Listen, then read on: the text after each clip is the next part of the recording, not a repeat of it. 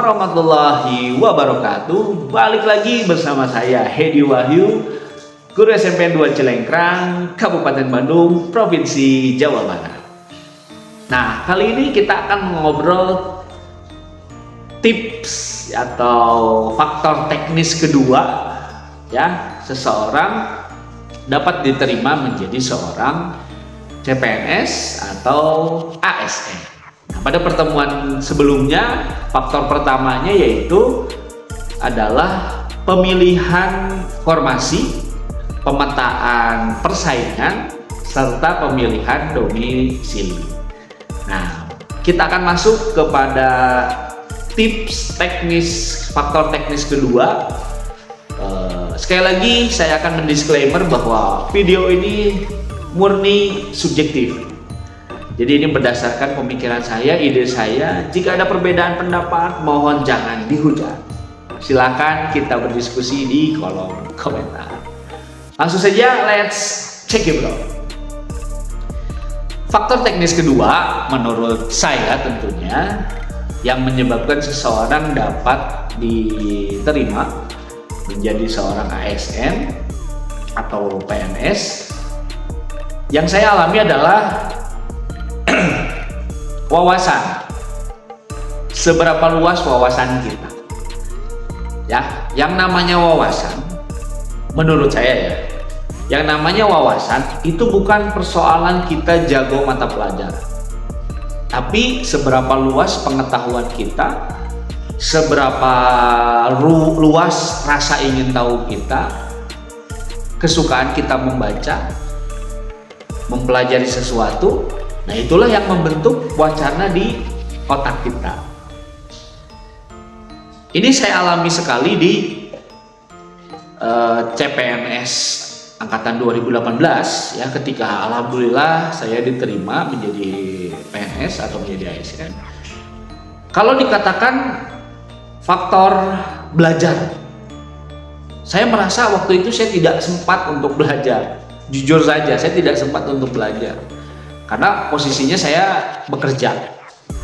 Bahkan waktu itu saya bekerja di luar kota, tepatnya di Jakarta, sementara keluarga saya ada di Bandung. Jadi itu benar-benar saya tidak ada waktu sama sekali untuk belajar.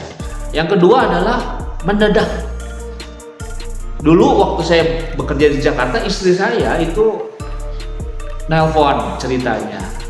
Ya, kata istri saya ada lowongan CPNS, lalu saya didaftarkan oleh istri saya.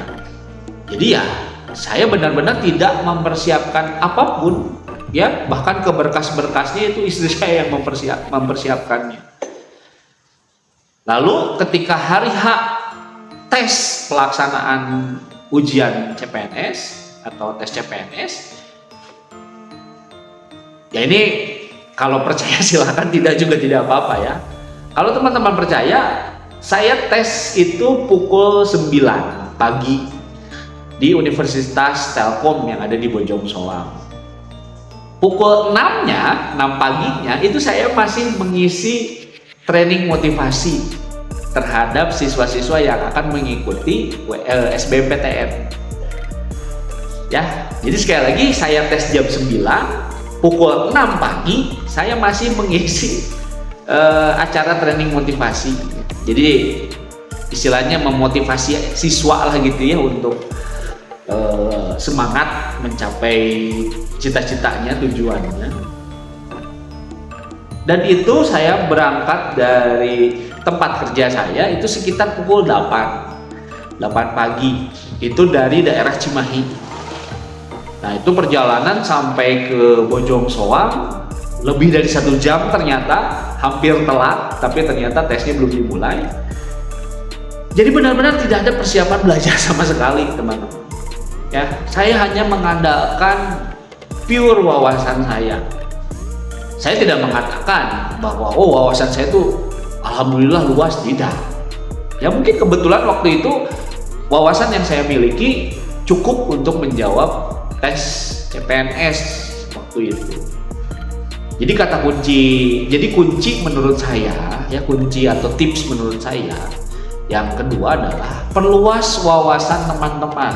Ya, sekali lagi wawasan itu teman-teman bukan masalah seberapa banyak soal latihan yang teman-teman ikuti. Ya, karena pada kenyataannya soal-soal latihan yang teman-teman kerjakan ya jelas beda gitu kan. Akan berbeda dengan soal ketika tes CPNS atau tes ASN-nya tidak mungkin sama gitu kan. Itu kan hanya gambaran saja. Hanya sekedar bayangan lah gitu ya. Oh, soalnya kalau tipenya seperti ini, bukan berarti soalnya plek akan seperti itu kan. Oleh karena itu ketika wawasan teman-teman luas, ketika teman-teman memiliki wawasan yang cukup mumpuni, ya teman-teman insya Allah akan bisa menjawab apapun soalnya. Bukan masalah di latihan, apalagi latihan yang mendadak misalkan. Ya, sebulan secara intensif ya, menggebu-gebu gitu kan. Bukan tidak boleh, sekali lagi ya saya disclaimer, bukan tidak boleh atau sia-sia, tidak, saya tidak mengatakan seperti itu. Tapi menurut saya kurang efektif ya kalau wawasan teman-teman tidak ditingkatkan dari sekarang. Jadi untuk persiapan CPNS menurut saya ya, persiapan untuk mengikuti CPNS atau ASN itu bukan sebulan, 2 bulan, 6 bulan, tapi mungkin bisa setahun sebelumnya atau 2 tahun sebelumnya atau 3 tahun sebelumnya, ya tergantung kebiasaan teman-teman dalam mengembangkan wawasan teman-teman. Karena pertanyaannya pun akan seputar tentang wawasan. Bisa wawasan global, bisa wawasan kebangsaan, bisa wawasan sosial gitu ya.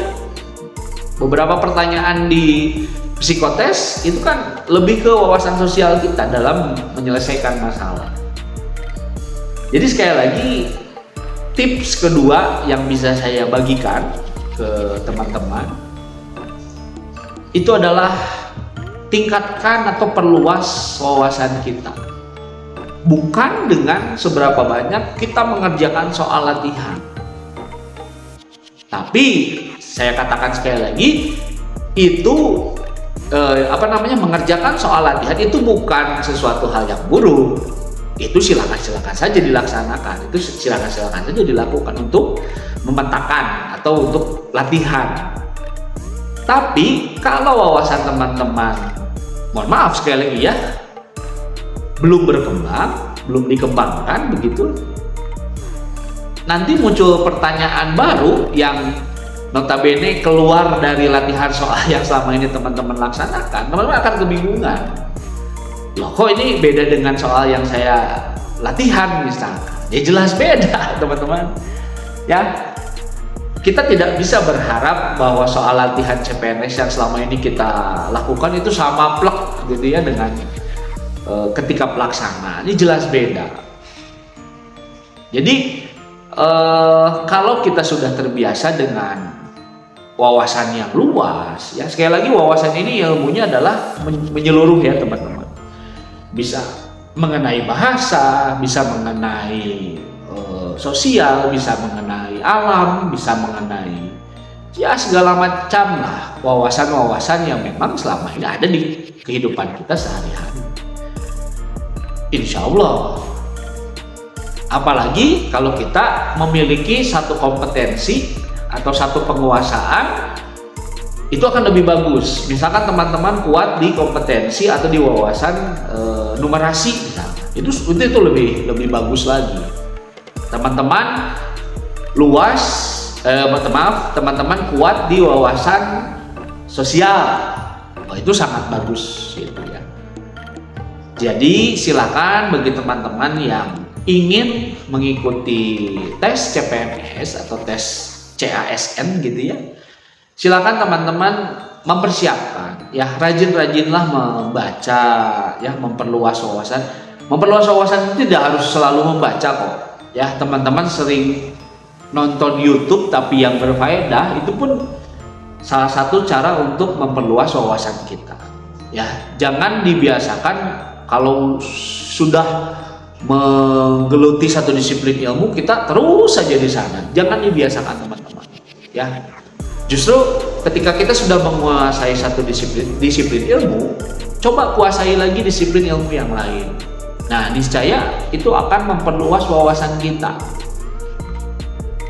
Mungkin itu saja kesimpulan dari pertemuan kedua gitu ya, atau tips kedua. Jadi yang pertama adalah tolong teman-teman pertimbangkan masalah pemilihan formasi. Yang kedua sekarang adalah silakan teman-teman untuk memperluas wawasan teman-teman dari sekarang. Rajin-rajinlah menimba ilmu, karena ilmu ada di mana saja.